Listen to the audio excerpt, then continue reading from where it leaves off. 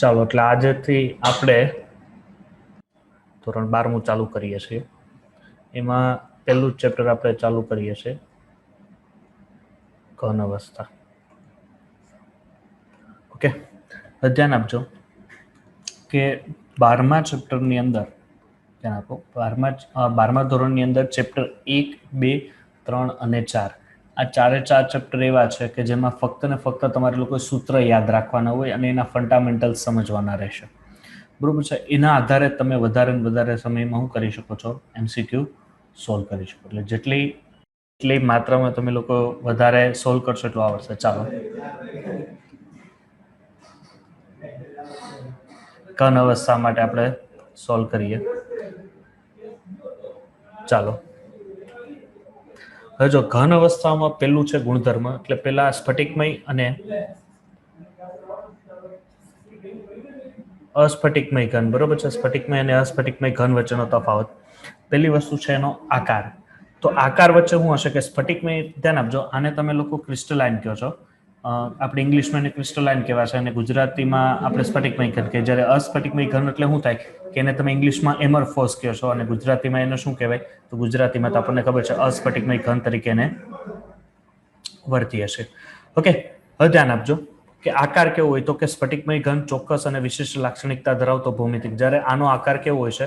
અનિયમિત આકાર હોય છે. બરોબર, કોઈ નિશ્ચિત આકાર નથી હોતો. બીજું છે ગલન બિંદુ, કે ચોક્કસ અને સ્પષ્ટ ગલન બિંદુ હોય. કે તમે એમ કહી શકો કોઈ પણ જે સ્ફટિકમય ઘન છે એનો ચોક્કસ સ્પષ્ટ ગલન બિંદુ હશે. જ્યારે અહીંયા હું કહી શકીએ કે આ દાખલા તરીકે આ કોઈ ઘન છે એનું 150 ડિગ્રી સેલ્સિયસ હશે, પણ અહીંયા શું કહેવાય કે અહીંયા 145 થી 155 ની વચ્ચે હોય. એટલે મીન્સ કે તમે કોઈ એક નોર્મલ ટેમ્પરેચર ઉપર કે એના ગલન બિંદુ સુધી ન પહોંચો તમે, કે આનથી આની વચ્ચે હોય, એટલે કે તાપમાનના ગાળા દરમિયાન હોય. પછી છે ગલન એન્થાલ્પી.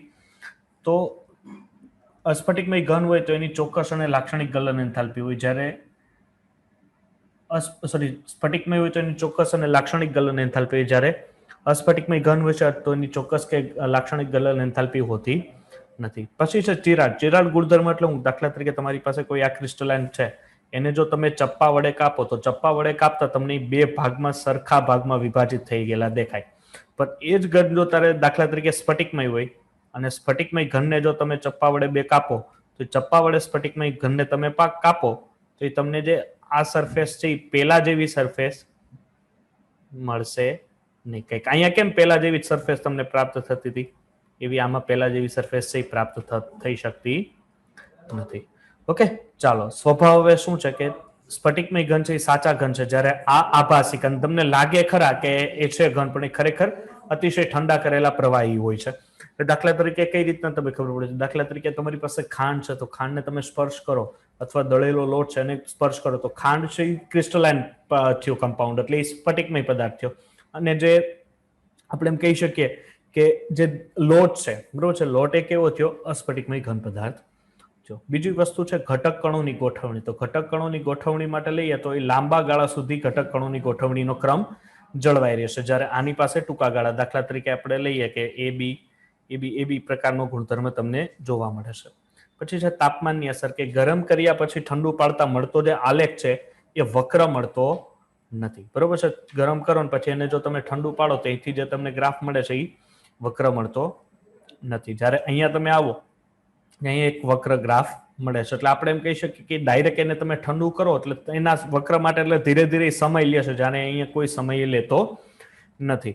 અને સ્ફટિકીકરણ નિશ્ચિત સમયમાં થઈ જાય છે, એટલે નિશ્ચિત તાપમાને સ્ફટિકીકરણ થઈ શકે. બીજો ગુણધર્મ કે તેમની વિદ્યુત વાહકતા, ઉષ્મીય વાહકતા, યાંત્રિક સામર્થ્ય અને વક્રી ભવનાંક જેવા ગુણધર્મો બધી જ દિશામાં કેવા હોય? સરખા. એટલે આપણે એમ કહી શકીએ કે આ બધા ગુણધર્મ દૈશિક ગુણધર્મ કહેવાય. અને શું કહેવાય? આ દૈશિક ગુણધર્મ છે. જ્યારે આ વિષમ દૈશિક છે. આ કેવો છે? વિષમ દૈશિક છે. એક છે દૈશિક ગુણધર્મ અને એક છે દીકરા વિષમ દૈશિક ગુણધર્મ. એટલે શું થશે કે દાખલા તરીકે હું તમને અહીંયા સમજાવું.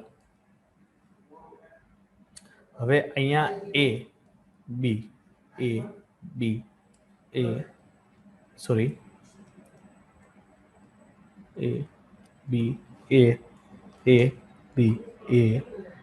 તો અહીંયા જુઓ, એક દિશા જુઓ, એક દિશાની આધારે તમે જો તો અહીંયા ગુણધર્મ બધા દિશામાં આ દિશામાં સમાન. અહીંયા આવો તો આ દિશામાં બધા ગુણધર્મ કેવા થયા? સમાન. અહીંયા રેડી? એટલે આ રીતનું એ પણ જ્યારે તમે અસ્ફટિકમય ગુણધર્મ જો તો અસ્ફટિકમય ગુણધર્મમાં શું હોય કે આવી રીતના એક ક્રિસ્ટલાઇન એકબીજાની આજુબાજુ ગોઠવણી ન હોય, એની ગોઠવણી કેવી હશે? અસ્તવ્યસ્ત હશે. એને કારણે શું થશે કે આ અસ્તવ્યસ્ત ગોઠવણી હોવાને કારણે આ ગુણધર્મ બધી દિશામાં કેવા હોય? જુદા જુદા. જ્યારે અહીંયા બી છે તો એક જ દિશામાં એ ગુણધર્મ બધા કેવા હશે? સમાન હોય છે. ચાલો હવે તમે આવો કે ઉદાહરણ તમે લઈ લો તો સીઝિયમ ક્લોરાઇડ. જો કયો છે સ્ફટિકમય પદાર્થ હોય તો સીઝિયમ ક્લોરાઇડ છે, KCl છે, NaCl છે, કેલ્શિયમ ક્લોરાઇડ છે, પોટેશિયમ નાઇટ્રેટ અને ઝિંક સલ્ફાઇડ. એ બધા કયા સ્વરૂપ છે? તો આ બધા સ્વરૂપ સ્ફટિકમય સ્વરૂપ છે. પછી તમે આવો તો કાચ, રબર, મીણ, પ્લાસ્ટિક એ બધા કયા છે? તો સાહેબ એ બધા કેવા છે? અસ્ફટિકમય ઘન પદાર્થ છે. હવે ઘનના જે પ્રકારો છે એમાંથી હું તમને વાત કે પહેલો પ્રકાર છે આણ્વીય ઘન. કયો છે? આણ્વીય ઘન. ધ્યાન આપજો. પછી NCERT માંથી એક તમે નજર મારી લેજો. અત્યારે હું તમને અહીંથી માહિતી આપી દઉં. આણ્વીય ઘનના 3 પ્રકાર હોય: અધ્રુવીય, ધ્રુવીય અને હાઇડ્રોજન બંધ. ઓકે, અધ્રુવીય કોને કહેવાય? કે જેની અણુઓ છે એમના ધ્રુવીયતા. ધ્રુવીયતા મીન્સ કે સર એના ઉપર પ્લસ કે માઇનસ હશે નહીં. દાખલા તરીકે હું ઉદાહરણ આપું કે H2 છે, Cl2 છે, I2 છે, આ બધા કેવા છે? અધ્રુવીય ઘન પદાર્થો છે. બરોબર છે. હવે તમારી પાસે ધ્રુવીય. ધ્રુવીય એટલે કે જેનામાં ધ્રુવીયતા હોય. ધ્રુવીયતા એટલે સર કે જેના ઉપર આંશિક ધન વીજભાર કે આંશિક ઋણ વીજભાર એમાં આવતો હોય. દાખલા તરીકે અહીંયા મારી પાસે HCl છે તો ક્લોરીન ઉપર માઇનસ ચાર્જ છે, હાઇડ્રોજન ઉપર કયો ચાર્જ છે? પ્લસ ચાર્જ છે. હવે તમે SO2 લ્યો તો સલ્ફર છે, અહીંયા double bond O, single bond. Oxygen ઉપર માઇનસ ચાર્જ, તો ઓક્સિજનની સાપેક્ષમાં સલ્ફર ઉપર કયો ચાર્જ હશે? +2 ચાર્જ હશે. એટલે આ રીતના તમે જોઈ શકો કે એવા સંયોજનો કે જેમાં ધ્રુવીયતા જોવા મળતી. ધ્રુવીયતા એટલે કે જેના ઉપર આંશિક ધન વીજભાર કે આંશિક ઋણ વીજભાર આવતો હોય. બરોબર છે. હાઇડ્રોજન બંધ એટલે શું થશે? હાઇડ્રોજન બંધ તો તમને આઈ થિંક આવડતું જ હશે. હાઇડ્રોજન બંધ એટલે શું? કોઈ કહેશે? બે H2O ના અણુ વચ્ચે જોવા મળતો બંધ. ના ના, એમ ના કહેવાય. બીજું સર, વધારે વિદ્યુત ઋણતા ધરાવતા તત્વો વચ્ચે અને તેમની પાસે જેના પાસે અબંધકારક ઇલેક્ટ્રોન યુગ્મ હોય એ, અને ફ્લોરિન, ઓક્સિજન અને નાઇટ્રોજન વચ્ચે જે બંધ જોવા મળે હાઇડ્રોજન બંધ હોય. જો એ પણ અબંધકારક ઇલેક્ટ્રોન યુગ્મ પણ નહીં આવે. બરોબર છે. જો આવે હું સાદામાં સાદું કે હાઇડ્રોજન બંધ કોને કહેવાય? કે આપણે ખબર છે કે આવર્ત કોષ્ટકમાં ભિખારા વેડા કોણ? ભિખારા વેડા એટલે કે ઇલેક્ટ્રોન પોતાની તરફ ખેંચવાની ક્ષમતા કોનામાં વધારે હોય? સાહેબ ફ્લોરિન, ઓક્સિજન અને નાઇટ્રોજન. આ 3 તત્વો એવા છે જેની પાસે ઇલેક્ટ્રોન મેળવવાની ક્ષમતા સૌથી વધારે છે. તો ફ્લોરિન, ઓક્સિજન અને નાઇટ્રોજન પાસે ઇલેક્ટ્રોન મેળવવાની ક્ષમતા સૌથી વધારે હોય અને એની સાથે જો હાઇડ્રોજન બોન્ડ બને, દાખલા તરીકે આ HF બનાવ્યું, પછી તમે લઈ લો H2O.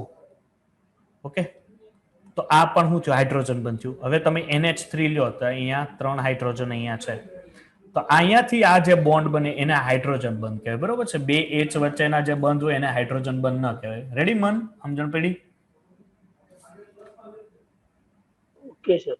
હા, એટલે હાઇડ્રોજન બંધ કોને કહેવાય? અહીંયા જોઈ લેજો. ચાલો, હવે છે તમારી પાસે આયનીય ઘન. કયો? આયનીય ઘન. કોઈને આઈડિયા છે આયનીય ઘન કોને કહેવાય? થોડીક હિન્ટ હોય તોય ચાલે. આપણે આયનીય ઘન કોને કહેવાશે? Sodium chloride. યસ. જો હવે આયનીય બંધ એટલે પેલી વસ્તુ તો શું થાય કે આયનીય ક્યારે બને? કે એક ઇલેક્ટ્રોન પ્રબળતાથી ગુમાવતો હોય ને એક સંયોજન એવો હોય કે જે પ્રબળતાથી ઇલેક્ટ્રોન મેળવતો હોય. હવે સોડિયમ છે ઇલેક્ટ્રોન પ્રબળતાથી ગુમાવે છે ને આ ક્લોરીન શું કરે? પ્રબળતાથી ઇલેક્ટ્રોન મેળવે. એટલે આવી રીતના જો કોઈ સંયોજન બનાવે, દાખલા તરીકે કેલ્શિયમ ક્લોરાઇડ તમે લઈ લો, મેગ્નેશિયમ ક્લોરાઇડ લઈ લો, એ બધા આયનીય બંધ છે. આ આયનીય બંધની અંદર કયું બળ હોય? તો એની અંદર સર પ્રબળ કુલંબિક આકર્ષણ બળ હોય. કયું હોય?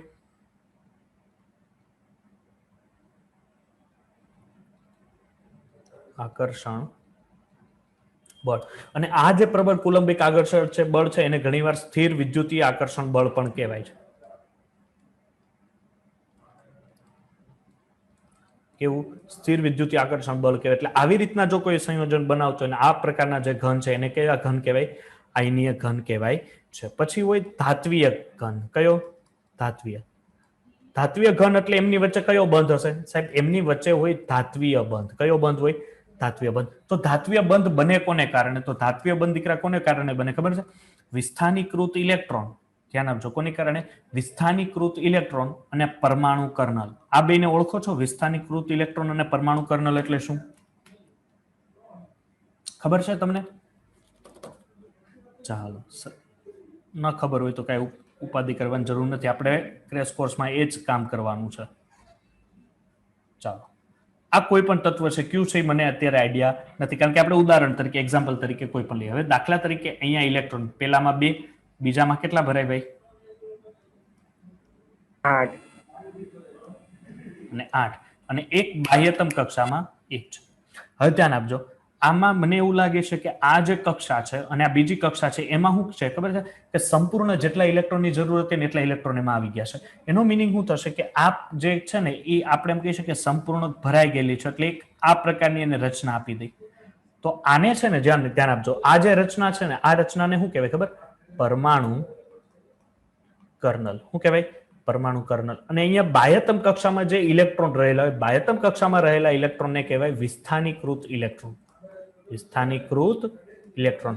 આ જ વિસ્થાનીકૃત ઇલેક્ટ્રોન આના જેવું બીજું કોઈ બાજુમાં સ્ટ્રક્ચર હોય અને જે અહીંયા તમને દેખાય છે ને અહીંયા બાહ્યતમ કક્ષાનો ઇલેક્ટ્રોન અને એ તત્વની બાહ્યતમ કક્ષાનો ઇલેક્ટ્રોન, એટલે બે વચ્ચે જ્યારે બોન્ડિંગ બને, એટલે બોન્ડિંગ માટે જવાબદાર પરિબળ પહેલા તો કે બંને પાસે વિસ્થાનીકૃત ઇલેક્ટ્રોન અને બંને પાસે પરમાણુ કર્નલ હોવું જોઈએ. પરમાણુ કર્નલ હોવાનો ફાયદો શું થશે કે એની જો Z ઇફેક્ટિવ છે એ બાહ્યતમ કક્ષાના ઇલેક્ટ્રોન ઉપર ઓછી લાગે. બાહ્યતમ કક્ષાના ઇલેક્ટ્રોન ઉપર ઓછી લાગે એને કારણે બાજુના તત્વ સાથે જ્યારે બોન્ડિંગ બનાવે ત્યારે એની સાથે એની મજબૂતાઈ કેવી થઈ દીકરા? વધી જાય. ઓકે, એટલે આ પ્રકારના જે ઘન હશે એને કેવો ઘન કહેવાય છે? ધાત્વીય ઘન કહેવાય છે. પછી છે આપણી પાસે સહસંયોજક ઘન. તો સહસંયોજક ઘન એટલે શું થશે કે જેમની વચ્ચે શું થતી હોય? સહસંયોજક બંધ હોય. શું હોય? સહસંયોજક બંધ. સહસંયોજક બંધ કોને કહેવાય? ઇલેક્ટ્રોનની ભાગીદારી. જેમાં ઇલેક્ટ્રોનની ભાગીદારી થતી હોય, જેમાં ઇલેક્ટ્રોનની ભાગીદારી થતી હોય. બરોબર છે. એવું છે, એક છે તમારી પાસે હીરો, ડાયમંડ, ગ્રેફાઇટ, કે જેમાં શું થતી હોય? આ પ્રકારના બંધ જોવા મળે છે. ઓકે, ચાલો હવે છે આપણી પાસે લેટિસ. લેટિસની 3 લાક્ષણિકતાઓ હતી. તમને યાદ છે કઈ કઈ? લેટિસ કોને કહેવાય? પહેલી વસ્તુ તો દાખલા તરીકે આ એક બિંદુ છે, આ બિંદુની આગળ હું મોટિફ મૂકું એટલે એની વિચાર કરું કે આની પાછળ એક આ તત્વ હશે, આની બાજુમાં એક આ હશે, આની બાજુમાં એક આ હશે, એક આ સંયોજક, એક અહીંયા, એક અહીંયા, એક અહીંયા કમ્પાઉન્ડ હશે, એક અહીંયા, એક આપણે અહીંયા લઈ. એટલે લેટિસ છે, લેટિસની 3 લાક્ષણિકતાઓ છે. પહેલી લાક્ષણિકતા શું થાય કે લેટિસ છે એને અથવા દરેક અણુ અને પરમાણુને, દરેક અણુ અને પરમાણુને બિંદુ તરીકે ઓળખી શકીએ. બીજો મુદ્દો શું હતો લેટિસની લાક્ષણિકતા? દરેક બિંદુ, ધ્યાન આપજો, દરેક બિંદુ એ લેટિસ બિંદુ છે. દરેક બિંદુ શું છે? લેટિસ બિંદુ છે. એટલે આ અહીંયા જો આ એક લેટિસ બિંદુ, આ લેટિસ બિંદુ, આ લેટિસ બિંદુ, આ પણ છે, અહીંયા, અહીંયા, અહીંયા અને અહીંયા. એટલે 4 તમે જોવો છો ચોકઠું, એટલે આ બધા હું છે લેટિસ બિંદુ. અને ધ્યાન આપજો હજી એક મુદ્દો કે લેટિસ બિંદુ છે એની જો તમે રચના આગળ તમે આગાહી કરો તો તેને કારણે આપણે એમ કહી શકીએ લેટિસ બિંદુની, લેટિસની ચોક્કસ ભૂમિતિને કારણે સીધી રેખામાં વિચારતા એક સ્ફટિક મળે છે. હવે કોઈ તમે મને કહી શકો કે એક સ્ફટિકની અંદર આ જે છે ને, આ જે રીતનું આ રીતનું સર્ટ બને ને, આને યુનિટ સેલ કહેવાય. શું કહેવાય? Unit cell. આ જે યુનિટ સેલ છે, આ યુનિટ સેલની અંદર આ એટલે મીન્સ કે આપણે ગુજરાતીમાં કહીએ તે એકમ કોષ. હવે એક સ્ફટિક હોય તો એક સ્ફટિકની અંદર કેટલા એકમ કોષ હોય?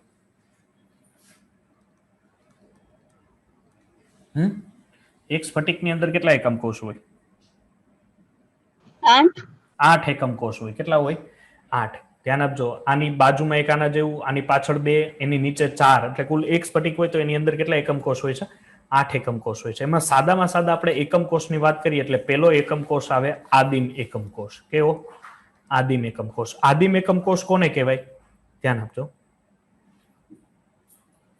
અહીંયા આદિમ એકમ કોષ લખું છું. આદિમ એકમ કોષ એટલે શું થશે? કે જેના આઠેય ખૂણે શું હોય?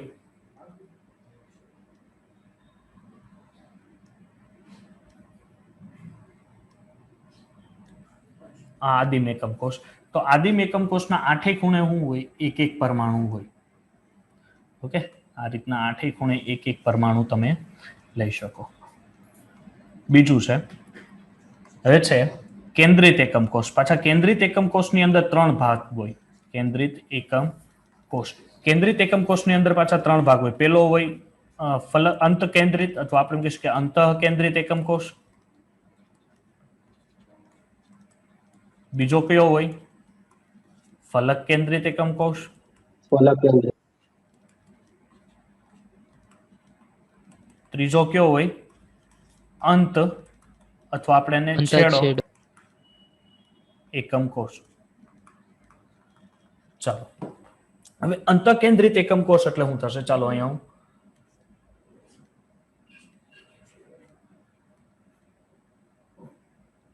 અહીંયા છે ને એક મિનિટ, હું આ બધા દોરી લઉં. એટલે આ છે અંત છેડો.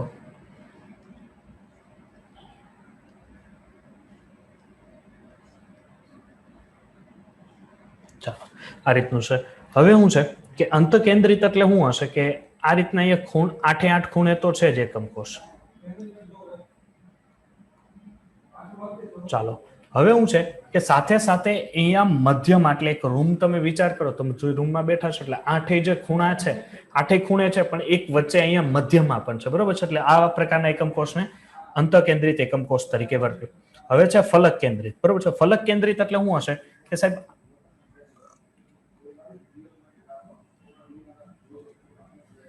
આઠે આઠ છે,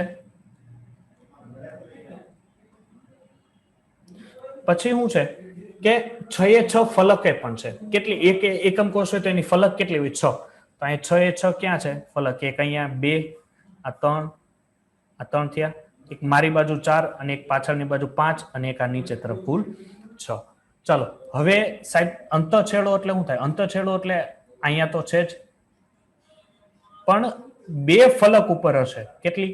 2 ફલક ઉપર હશે. એ 2 ફલક કઈ હશે? સામસામેની હશે, પાસ પાસેની નહીં હોય. તમે દાખલા તરીકે બેઠા એટલે 2 દિવાલ તમે પાસ પાસેની એમ નહીં, કે અહીંયા હશે તો અહીંયા હશે, જમણી બાજુ હોય તો ડાબી બાજુ, ઉપર હોય તો નીચે હોય, બરોબર છે? સામે હોય તો પાછળ હોય.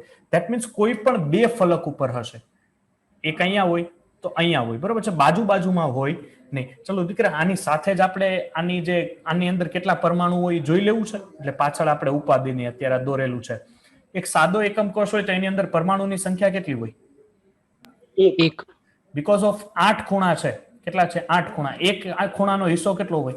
1/8. 1/8. આની અંદર 1 અણુ થયો.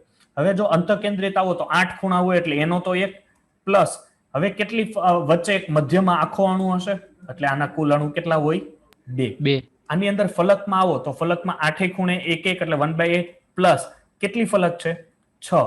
એકની ભાગીદારી કેટલી હોય ફલકમાં? 1/3. 1/2 હોય. 1/2. ધેટ મીન્સ અહીંયા 1 પ્લસ અહીંયા 3, એટલે આની અંદર પરમાણુની સંખ્યા કેટલી? 4.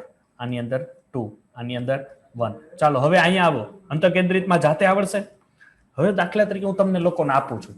હવે એક એકમ કોષ હોય તો એની અંદર ધાર કેટલી હોય દીકરા? 12 ધાર હોય. તો 12. એની અંદર કુલ કેટલા પરમાણુ હશે? 24.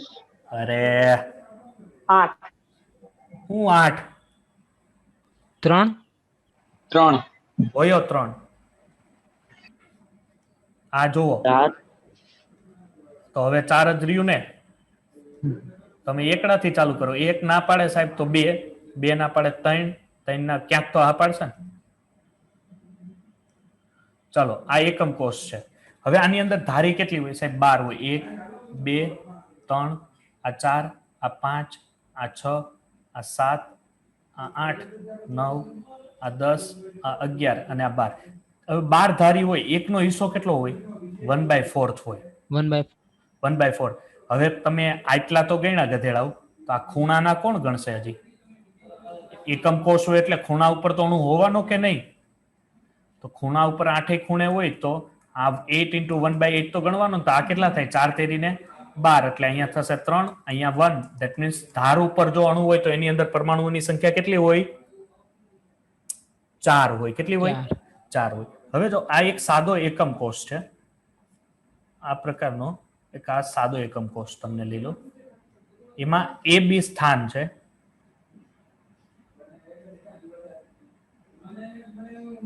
ચાલો હવે અહીંયા તમે એ તરલ લઈ લો, આ બી લ્યો અને આ સી લ્યો. એક વસ્તુ હું તમને ટ્રીક શીખવાડું, યાદ રાખજો. જો આ એ, આ બી, સી. હવે જો ધ્યાન આપજો, 12મા ધોરણમાં ટ્રીકનો ઢગલો, તમારે કાંઈ ટેન્શન નહીં. આ એટલે અહીંયા યાદ રાખો આલ્ફા, આલ્ફા ને એ સિમિલર થાય, બી એટલે બીટા ને સિમિલર થાય. તો હવે હું વધ્યું સી એટલે શું હશે? ગેમા. તો હવે તમારે શું ગણવાનું છે કે હવે તમે દાખલા તરીકે મેળવો છો કે સાહેબ અમે કરીએ છીએ આલ્ફા અને બી વચ્ચેનો ખૂણો, મીન્સ કે એ અને બી વચ્ચેનો ખૂણો. તો એ અને બી વચ્ચેનો ખૂણો કોણ હશે? જો આલ્ફા નહીં હોય, બીટા નહીં હોય. ટ્રીક પ્રમાણે યાદ રાખજો શું હશે? ગેમા. એટલે એલ અને બી વચ્ચેનો ખૂણો ગેમા. હવે એ અને સી વચ્ચેનો લેવાનો. તો એ અને સી વચ્ચે અહીંયા તમે લ્યો તો આલ્ફા નહીં હોય, કારણ કે એટલે આલ્ફા આવી જાય છે, સી એટલે ગેમા આવી જાય છે, એટલે અહીંયા શું હશે? બીટા. અને હવે તમે સી અને બી વચ્ચેનો લ્યો તો ઓબ્વિયસલી શું હશે? આલ્ફા. એટલે આ પ્રકારનો એક ખૂણો તમને જોવા મળે છે. હવે જો બ્રેવિસ લેટિસ સમજવાનું છે. ચાલો આ કોષ્ટક ઉપર આવી જાઓ.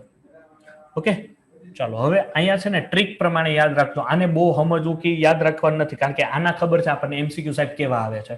તો આને યાદ રાખો. અહીંયા ઘ છે એટલે અહીંયા પેલા રાખો. જે અંડરલાઈન કરું છું ને ટ્રીક પ્રમાણે યાદ રાખો. તો ઘટે, હું ઘટે. પછી અહીંયા રાખો ઓ, અહીંયા રાખો હે, પછી ર મો ટ્રા. તો બોલો તો હું છે? ઘટે ઓ હેર મોટ્રા. શું ઘટે છે? હેર ઘટે છે, પણ કેવા? મોટા. તો યાદ રાખો ઘટે ઓ હેર મોટ્રા. યાદ રાખ્યું? હલો, હા સર. ચાલો હા. ઘટે ઓ હેર મોટ્રા. પછી હવે હું યાદ રાખો ખબર છે? એક મિનિટ, થોડુંક સાઈઝ નાની કરી દો. ચાલો હવે ધારની લંબાઈ છે. ધારની લંબાઈ એટલે જો મેં ઉપર તમને આપ્યું એબીસી વાળું, હે કે નહીં? ચાલો તો આને યાદ રાખો 210 1200. હું યાદ રાખો 210 1200. 210 1200 એટલે જો 200 તમારે આને લખવાનું કે જ્યારે એમસીક્યુ પૂછે એટલે પેલું હું લખવાનું ખબર? ઘટે ઓ હેર મોટ્રા. ઘ એટલે ઘન, ટે એટલે ટેટ્રાહેડ્રલ, ઓ એટલે ઓર્થોરોમ્બિક, હે એટલે હેક્સાગોનલ, રો એટલે રોમેટ્રલ, મો એટલે મોનોક્લિનિક અને ટ્રા એટલે ટ્રાઇક્લિનિક. ઓકે, પછી આને યાદ રાખવાનું 210 1200. 210 1200 નો સાહેબ મિનિંગ 2 એટલે અહીંયા શું છે ખબર? a is equal to B, B is equal to C, એટલે 2 વાર ઇક્વલ ટુ છે એટલે 2. ઓકે, ચાલો બીજી વાર શું છે? 1. 1 એટલે 1 ઇક્વલ ટુ હશે, પણ એ આગળમાં ઇક્વલ ટુ હશે. કેમાં હશે? આગળમાં. That means a is equal to B but B is not equal to C. ચાલો પછી 0 આવો એટલે 2 માં ઇક્વલ ટુ નથી. પાછો 1 એટલે ઇક્વલ ટુ હશે, પણ કેમાં?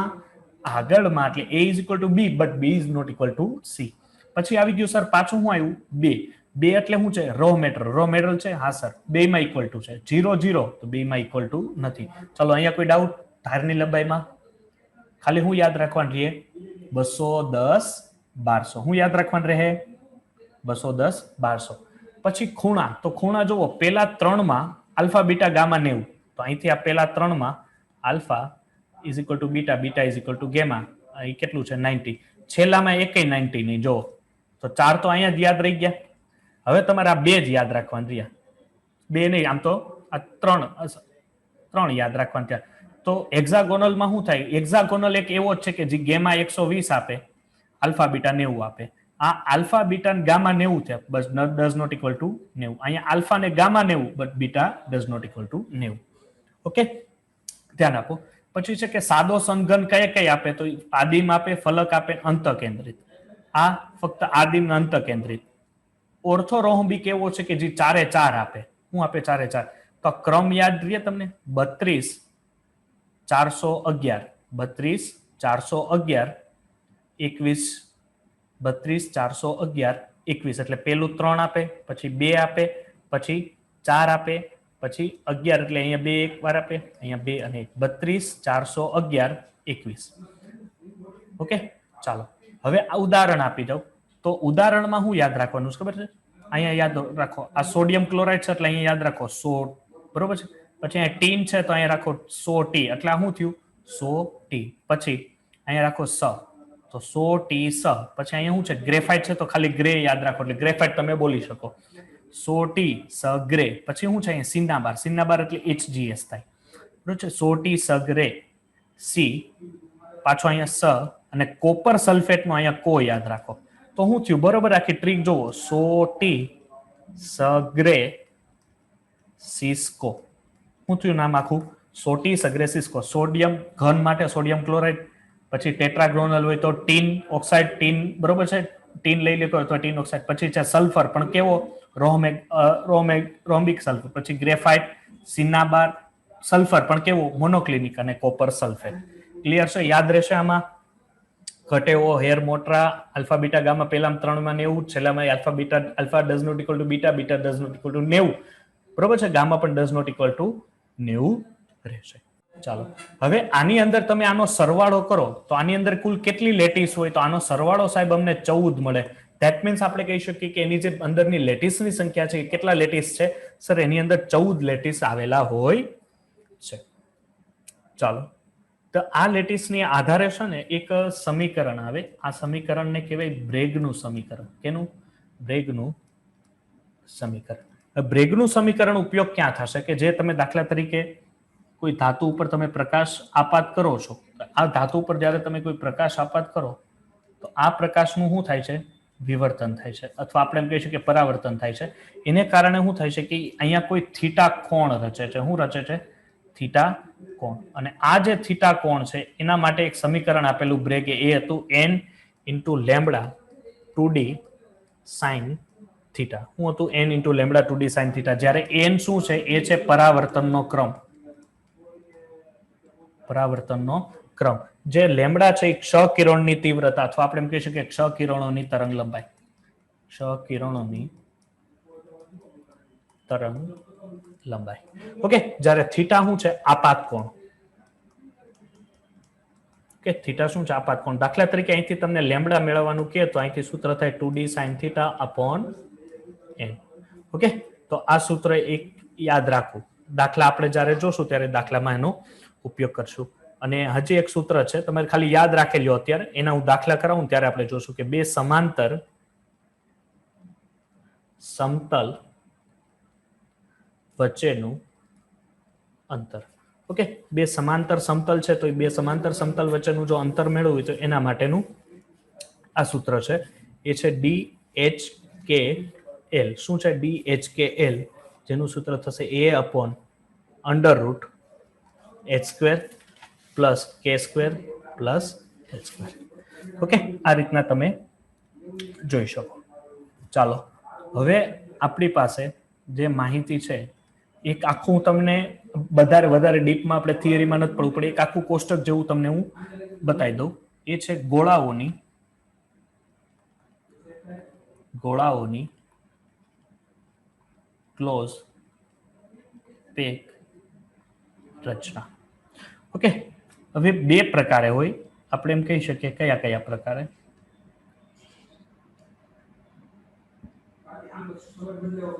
ચાલો, પેલું છે એક પરિમાણીય.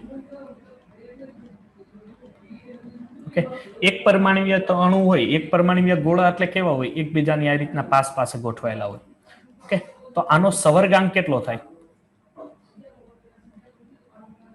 2 થશે, કારણ કે આ એક ગોળો છે, ધ્યાન આપજો, આ એક ગોળો છે, બીજા એક, અને આ બે સાથે જોડાયેલો છે, બરોબર છે. એટલે એનો સવર્ગાંક કેટલો થશે?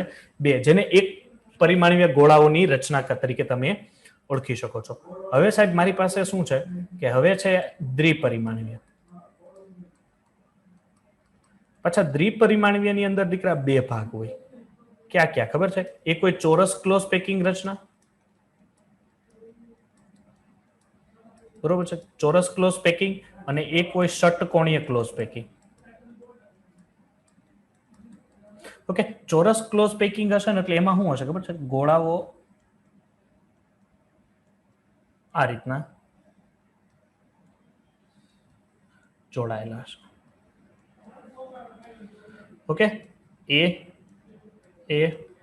બધા ગોઠવણી સરખી છે, એટલે આપણે એમ કહી શકીએ કે અહીંયાથી તમે જો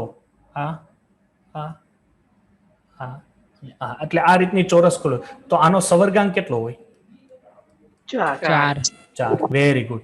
ચાલો, ષટકોણીય હશે એટલે શું થશે કે એક ગોળાઓ છે એ થોડીક આમ આડાહવડા થઈ ગયા હશે. એટલે આડાહવડા થઈ ગયા હોય એનો મીનિંગ કે આપણે આ રીતના લઈએ તો બીજા જે ગોળાઓ છે એ કંઈક આ રીતના ગોઠવાયેલા છે. એટલે એબી એબી એવી જ રચના કહી શકીએ ને આપણે આને. કેવી રચના કહી શકીએ? એબી એબી. તો આ જે રચના છે આ 1 2 3 આ રીતની રચના હશે. તો અહીંયા દાખલા તરીકે કહીએ આ એ છે તો આ બી છે, આ એ છે તો આ શું છે? ઓકે, ચાલો. તો આ ષષ્ટકોણીય સાહેબ કઈ રીતે બને દેખાય છે? જો આ અહીંયા આ બે અણુ, આ અહીંયા અહીંયા અહીંયા કયો ષષ્ટકોણીય? આનો સવર્ગાંક કેટલો હોય? 6 સવર્ગાંક હોય. ચાલો, અહીંયા સુધી કોઈ ડાઉટ? ના સર. ચાલો, હવે આની અંદર તમે આવો તો થોડીક આપણે નીચે વધારે જગ્યા જોઈએ એટલે આને અહીંયા સુધી લંબાવી દઈએ. ચાલો, જો લેક્ચર નોટ્સમાં કદાચ આગળ પાછળ થઈ જાય તો જોઈ લેજો, બરોબર છે. હવે છે દ્વિપરિમાણીય ચોરસ ક્લોઝ પેકિંગ. ઓકે, દ્વિપરિમાણીય ચોરસ ક્લોઝ પેકિંગ. તો દ્વિપરિમાણીય જો ચોરસ ક્લોઝ પેકિંગ હોય તો યાદ રાખજો કે આ ચોરસ ક્લોઝ પેકિંગ છે એને સાદા ઘન કહેવાય. કેવા ઘન કહેવાય? સાદા ઘન. અને સાદા ઘનને ઘણીવાર HCP સિમ્પલ ક્યુબિક પેકિંગ, બરોબર છે. આને ધ્યાન આપજો, આ કોઈ મિસ્ટેક નથી લખવામાં. ઘણીવાર SCP હોય તો એને કહેવાય સિમ્પલ ક્યુબિક પેકિંગ, બરોબર છે. તો આ ગોળાઓ એકબીજાને અડકીને રહેલા એટલે સાદા ઘન હોય એટલે એકબીજાને અડકીને, દાખલા તરીકે આ રીતના એની ગોઠવણી જોવા મળે સાદા ઘન. અને હવે છે એક છે અંતઃકેન્દ્રિત ઘન. પણ આ બધા છે એ દ્વિપરિમાણીય રચનામાં છે. કેવા છે? દ્વિપરિમાણ. એટલે શું થશે કે અંતઃકેન્દ્રિત હોય એટલે એને BCC કહેવાય. BCC એટલે શું થશે? Body centre cubic. Body centre cubic એટલે શું થશે કે એ ગોળાઓ એકબીજાને સિમ્પલ અડેલા ન હોય, એમની વચ્ચે શું હોય છે? થોડીક જગ્યા હોય છે. દાખલા તરીકે એમ કહીએ કે એનું એક સ્તર છે એ 4 ગોળાઓનું રચેલું હોય છે. કેટલા ગોળાઓનું? 4 ગોળા. દાખલા તરીકે આ એક, આ એક, આ એક અને આ એક, અને એની ઉપર એક ગોળો આ રીતના રચાયેલો છે, બરોબર છે. એટલે આપણે એમ કહી શકીએ એનો સવર્ગાંક આનો જે આપણને ખબર છે કે આનો કેટલો હોય? એ પ્રકારનો સાદો ઘન હોય.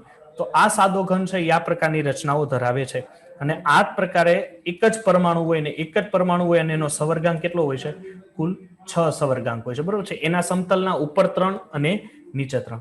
હવે આ પ્રકારની જો BCC રચના હોય તો એ BCC આપણને ખબર છે કે AB પ્રકારની રચના હજી અહીંયા જ આપણે જોઈ રહ્યા છે. તો આપણે એમ કહીએ કે એનો સવર્ગાંક, જ્યારે આ થપ્પી બને ત્યારની વાત કરું છું, બરોબર છે. તો એનો ઓલરેડી સવર્ગાંક કેટલો હતો? 6 હતો. તો 6 હતો, હજી એક ઉપર અણુ આવે ને એક નીચે અણુ આવે તો શું થાય સર? એનો સવર્ગાંક થઈ જાય 8. એનો સવર્ગાંક કેટલો થઈ? 8. સોરી 8. અહીંયા શું હતું કે આનો સવર્ગાંક 6 હતો તો ઉપર એક અણુ આવે નીચે અણુ આવે એટલે ઉપર એક અણુનો એક અડકતો હોય એટલે 5 અને નીચેનો અણુ અડકતો હોય તો અહીંયા 6 એટલે એનો સવર્ગાંક કેટલો થઈ જાય? 6. ચાલો, હવે છે તમારી પાસે દ્વિપરિમાણીયની અંદર જ દ્વિપરિમાણીય ષટકોણીય ક્લોઝ પેકિંગ. અહીંયા શું હતું? ચોરસ ક્લોઝ પેકિંગ હતું. હવે ષટકોણીય ક્લોઝ પેકિંગ છે એનું મિનિંગ શું થશે કે હવે ષટકોણીય છે એટલે સવર્ગાંક શું થશે? એના વધશે. હવે બે પ્રકારના અહીંયા ભાગ પડે આ ષટકોણીય ક્લોઝ પેકિંગ રચનામાં. એક પડે એક સ્તર પર બીજું સ્તર ગોઠવીને, અથવા આપણે એમ કહી શકીએ અને બીજું થાય બીજા સ્તર પર ત્રીજું સ્તર ગોઠવીને. હવે એક સ્તર ઉપર બીજું સ્તર ગોઠવો એટલે AB થાય. હવે હું કહે છે કે એક તો છે જ, બીજું છે ને હજી એના ઉપર ત્રીજું ગોઠવો તો શું થાય સાહેબ? એ થાય ABC રચના થાય. શું થાય? ABC રચના થાય, બરોબર છે. એ રચના હું તમને અંતકે જે ગોઠવીશ હું તમને બતાવીશ. હવે એક સ્તરીય છે એ ધ્યાન આપજો, એ બે પ્રકારના છિદ્ર રચે. એ બચે સમચતુષ્ફલકીય છિદ્ર અને બીજું રચે અષ્ટફલકીય છિદ્ર. સમચતુષ્ફલકીય છિદ્ર અષ્ટફલકીય છિદ્ર છે એ દીકરા n હોય તો સમચતુષ્ફલકીય છિદ્ર કેવું હોય? 2n 2n. Very good. 2n. એટલે આપણે છે ને એવી કોઈ માથાકૂટમાં અત્યારે નથી પડવાનું કે સાહેબ એકલે એકથી શીખવાડો, કારણ કે આપણને જે વસ્તુ ખબર છે આપણે ખાલી એને રિવાઇઝ જ કરીએ છીએ. હવે તમે અહીંયા આવો તો આની અંદર પાછા બે લોચા પડે. બીજા સ્તરની અંદર ત્રીજું, ધેટ મીન્સ એબીસી રચના આવે. ધ્યાન આપજો, હું તમને લોકોને અહીંયા જો આ નીચે કરાવડાવવાનો છું ક્લોઝ પેકિંગ રચના માટે. એટલે ચાલો હવે એની અંદર આવે તો ચતુષ્ફલકીય છિદ્રને ઢાંકતી રચના અને અષ્ટફલકીય છિદ્રને ઢાંકતી રચના. તો જો એ અહીંયા આવો. હવે પેલી વસ્તુ છે કે સમચતુષ્ફલકીય છિદ્ર કેમ રચે. અહીંયા જુઓ, આ બ્લુ ગોળો દેખાય, બ્લુ, એની ઉપર રેડ, એટલે એ સમચતુષ્ફલકીય છિદ્ર થયું. સમચતુષ્ફલકીય છિદ્ર કેમ થયું સમજાશે. જો આ 1, આ 2, આ 3, આની અંદર 4 છે, એટલે અહીંયા તમે જોશો ને એટલે સમચતુષ્ફલકીય આકાર બનાવે. બરોબર છે? કયો સમચતુષ? એટલે એની વચ્ચે જે આ છિદ્ર દેખાય છે, આટલો ભાગ, હા, એ છિદ્ર તમે જોશો તો 3 ગોળા ગોઠવાશે ને ઉપરથી જોશો ને તો એ છિદ્ર દેખાય, પણ ઉપર એક ગોળો મૂકી દો તો હવે એ છિદ્ર દેખાશે નહીં, અને એ જ પ્રમાણે નીચે મૂકી દો તો પણ છિદ્ર દેખાશે નહીં. પછી અષ્ટફલકીય એટલે જુઓ, 2 ગોળા, આ 3 ગોળા બ્લુ ગોળા, એટલે 1, 2, 3, અને 4, 5, 6. સર માં 6 છે તો આને અષ્ટફલકીય કેમ કહેવાય? તો એ ખરેખર આ રીતનું હોય. જો આની રચના છે ને આ રીતની, દાખલા તરીકે અહીંયા એમ છે, એની અંદર 6 લિગેન્ડ કોઈ હું જોડું આ રીતના એલ, એક ઉપર અને એક નીચે, તો આની ફલકો દીકરા કેટલી થાય છે? 6 થાય. જો કઈ રીત, સોરી, કુલ અહીંયા 6 છે પણ આની ફલક 8 થાય. જો 1, આ 2, આ 3, આ 4, આ 5, 6, 7 અને 8. એટલે આવી રચના બનાવતું હોય એટલે એને કારણે અષ્ટફલકીય છિદ્ર કહે. હવે હું છે કે આ છિદ્રને ઢાંકવાનું છે, તો એ છિદ્રને ઢાંકશો કેમ? જો હવે પેલા એબી જોવો, આ અત્યારે ન જોતા, બરોબર છે? આ અત્યારે ન જોતા સી વાળું, અહીંયા જોવો, અહીંયા 1, 2, 3, 4, 5 અને 6, એટલે મીન્સ કે એક એ સ્તર છે. હવે એની અંદર ઉપર બી મૂકું, જોવો ઉપર બી મૂકું. હવે તમે બી ઉપરથી નજર મારશો અહીંયા, એટલે આની વચ્ચે તો આ છિદ્ર છે, તો તમને આ કેસરી ભાગ, લાલ ભાગ દેખાશે કે નહીં દેખાય? હા કે ના? દેખાશે ને. હવે હું કરું કે એના ઉપર હું પાછું એ સ્તર આવી જાઉં, હવે જોઉં તો હવે એ ઉપરથી જોઉં તો ન દેખાય. ધેટ મીન્સ તમે એ રચનામાં આપણે એમ કહીશું કે ષટકોણીય રચનામાં એ છિદ્ર તમે ઢાંક્યું, તો એ છિદ્ર જે ઢાંકતી રચના છે એ કઈ રચના થઈ, તો અને એ કયું છિદ્ર થયું? સમચતુષ્ફલકીય. યસ, વેરી ગુડ, સમચતુષ્ફલકીય છિદ્ર થાય. ધ્યાન આપજો, ભેજું દોડાવજો, કારણ કે હું એ અને બી જો એટલે એક આ ગોળો, આ 3 અને આ ચોથો ગોળો, છતાંય મને કેસરી રંગ દેખાય છે, એનો મિનિંગ કે સમચતુષ્ફલકીય છિદ્ર થયું. એમાં 4 ગોળાઓની ભાગીદારી છે છતાંય છિદ્ર દેખાય છે. પણ ઉપરથી હું પાછો એ મૂકી દઉં તો હવે છિદ્ર દેખાતું નથી, પરંતુ પાછો બી આવી જાય એટલે આ કન્ટિન્યુઅસલી ચાલી જાય. હવે તમે એબીસી આવો તો આ બે વચ્ચે કયું છિદ્ર રચાતું હશે દીકરા? અષ્ટફલકીય છિદ્ર રચાતું હશે. અષ્ટફલકીય છિદ્ર રચાય છે. હવે એને ઢાંકવું હોય તો, કારણ કે આ બેને ભેગા કરું, અહીંથી હું જોઉં, અહીંથી નીચેના ભાગમાંથી, તો મને છિદ્ર દેખાશે, પણ ઉપર હું જો પાછો એ આવી દઉં તો હવે છિદ્ર દેખાય? અહીંથી જોવો તો છિદ્ર હવે દેખાશે, કારણ કે આ ગોળો જ મોટો આડો આવી ગયો, તો આ બે વચ્ચેનું જે છિદ્ર છે, આ છિદ્ર છે, આ છિદ્ર મને દેખાશે નહીં. ખબર પડે છે? હા સર. કોઈ ડાઉટ નહીં ને આમાં? ના સર. ઓકે, તો આ પ્રકારની રચનાને ઢાંકતી રચનાઓ તરીકે તમે લોકો ઓળખી શકો છો. ચાલો, હવે છે ક્લોઝ પેકિંગ રચના. જો ધ્યાન આપજો, આખી ક્લોઝ પેકિંગ રચના બહુ સમજવાની જરૂર નથી. તમારે ખાલી યાદ શું રાખવાનું હોય કે આ જે ત્રિજ્યાવાળા સૂત્રો છે એ યાદ રાખવાના, બરોબર છે? હવે ક્લોઝ પેકિંગ રચના હોય તો એનું સૂત્ર શું થાય પેકિંગ ક્ષમતા મેળવવાનું? 4 ગોળાનું કદ ભાગ્યા સમઘનનું કુલ કદ ગુણ્યા 100. 4 ગોળાનું એમ ન કહી શકે, ગોળાનું કદ, કારણ કે સાદા સમઘનમાં 4 ગોળા ન હોય, એ પેલા ખબર છે ને? સાદા સમઘનમાં એક જ ગોળો હોય. બીસીસી હોય તો એની અંદર કેટલા ગોળા હોય સાહેબ? 2 ગોળા હોય. અને જો અંતઃકેન્દ્રિત હોય તો એની અંદર 4 ગોળા. એટલે એ સૂત્ર શું થાય કે પેકિંગ ક્ષમતા ઇઝ ઇક્વલ ટુ ગોળાનું કદ ગુણ્યા 100 છેદમાં એકમ કોષનું કુલ કદ. ઓકે, તો આપણી પાસે અત્યારે શું છે? અંતઃકેન્દ્રિત છે, તો એના માટે ગોળાનું કદ લાગશે, પણ 4 લાગે ક્યારે? કે આની અંદર 4 હોય તો. બાકી 4/3 πr³ × 100 ડિવાઇડ બાય એકમ કોષનું કુલ કદ. ઓકે, એટલે એફસીસી રચના હોય તો એની 74%. હવે તમને એમ પૂછ્યું કે એફસીસી રચનાની અંદર બાકી રહેલો ભાગ ગોળાઓ દ્વારા ન રોકાયેલો ભાગ કેટલો હોય? 26%. 20%.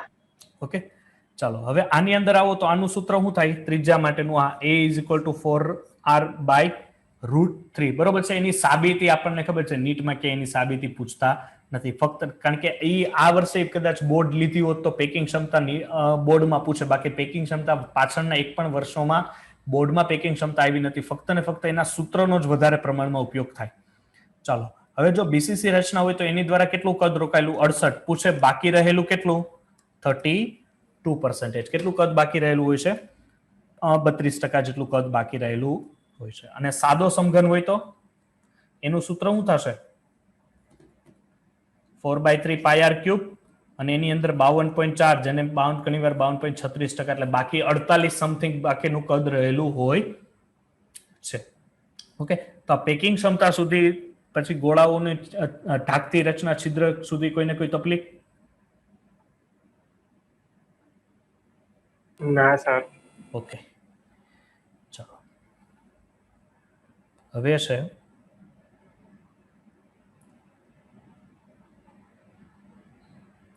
ચાલો એક આપણી પાસે સૂત્ર હતું, ખબર છે? D = Zm × a³ × Na. D એટલે શું થાય? ઘનતા. Z એટલે શું થશે? પરમાણુની સંખ્યા. M એટલે શું થાય? આણ્વીય દળ. a³ એટલે શું થાય? એકમ કોષનું કદ. ઓકે, અને Na એટલે શું થાય? કે એવોગેડ્રો. હા, એવો તે કેવો ગેડ્રો? તો કે ભાઈ એવોગેડ્રો. ઓકે, ચાલો હવે છે ત્રિજ્યાનો ગુણોત્તર. તો ત્રિજ્યાના ગુણોત્તર માટે ખબર છે હતું કે બે આયનો વચ્ચેનું અંતર, અને આ બે આયનો વચ્ચેનું અંતરને તમે લોકો r+ અને r- સ્વરૂપે તમે જોઈ શકો. હવે જો હું તમને અહીંયા બેઠું લગાવી દઉં, એની સાબિતીની કોઈ જરૂર નથી આપણી પાસે, કે જો તમારી પાસે ત્રિકોણીય છિદ્ર હોય, કેવું છિદ્ર હોય? ત્રિકોણીય છિદ્ર. ત્રિકોણીય છિદ્ર સાહેબ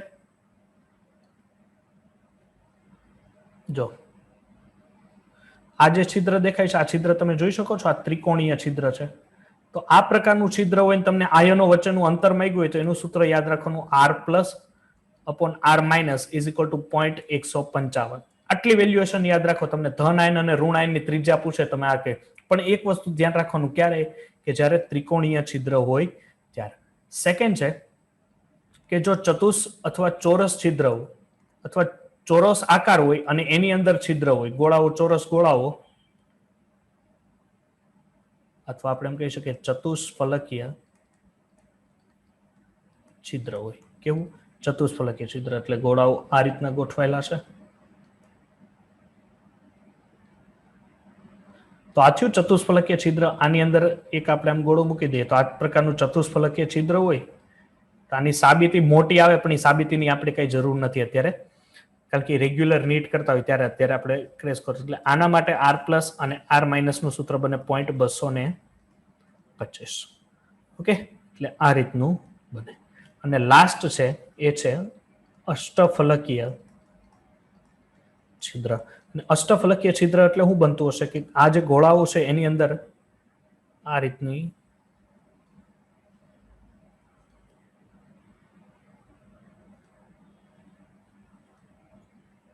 મિનિટ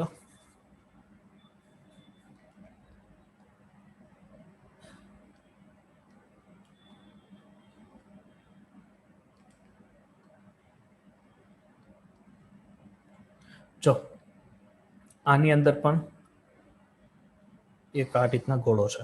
હવે શું છે કે અહીંયા આ રીતની અહીંયા માહિતી હશે. ત્યારબાદ આ જે ક્રોસ છે અહીંયા ઉપર, જો એક અહીંયા ક્રોસ અને અહીંયા ક્રોસ, એટલે અહીંયા જે આ ગોળાની ત્રિજ્યા છે અંદર, એને શું કહેવાય છે ખબર છે? આને કહેવાય સ્મોલ r, અને આ મોટા ગોળાની ત્રિજ્યા છે એને કેપિટલ R. એટલું જો અહીંયા દેખાતું ન હોય તો ખાસ યાદ રાખજો, એ આ રીતના છે. એવું બધી દિશામાં હોય. આ રીતનું અહીંથી કેન્દ્રમાં હું લઉં તો આ જે નાના ગોળાની ત્રિજ્યા છે એ સ્મોલ આર અને મોટા ગોળાની ત્રિજ્યા છે એ કેપિટલ આર. એવું અહીંયા હોય, આ બાજુ હોય ને આ બાજુ, એટલે બે બાજુ હશે. હવે શું છે કે આનું એક બને આ રીતના કે R plus small R square, એટલે એક ગોળા માટે, એટલે એવા બે બાજુના લેવાના, એટલે R plus small R square is equal to 2r square. આમાંથી બેમાંથી આપણે બે કોમન, એટલે બે વાર છે, એટલે 2r પ્લસ આર સ્ક્વેર, અને આનો વર્ગ થાય, આ કુલ વર્ગ છે, એટલે કુલ વર્ગ એટલે 4r. જો હું સાદું રૂપ આપું છું, બરોબર છે, કારણ કે આ બધામાં આવી સાદું રૂપની માહિતી તો એ લોકો માંગે, એટલે r પ્લસ r. આ બે ને સામે જવા દઉં, બરોબર છે. એક સ્ટેપ જો હું ડાયરેક્ટ લો, બે સામે જવા દો એટલે બે વધે, આ વર્ગ છે સામે જવા દો તો વર્ગમૂળ, એટલે 2r. ત્યારબાદ અહીંયા શું થશે, r ને કરતા બનાવું, ધેટ મીન્સ 2 - 1r, અને આ r સામેથી અહીંયા છેદમાં આવે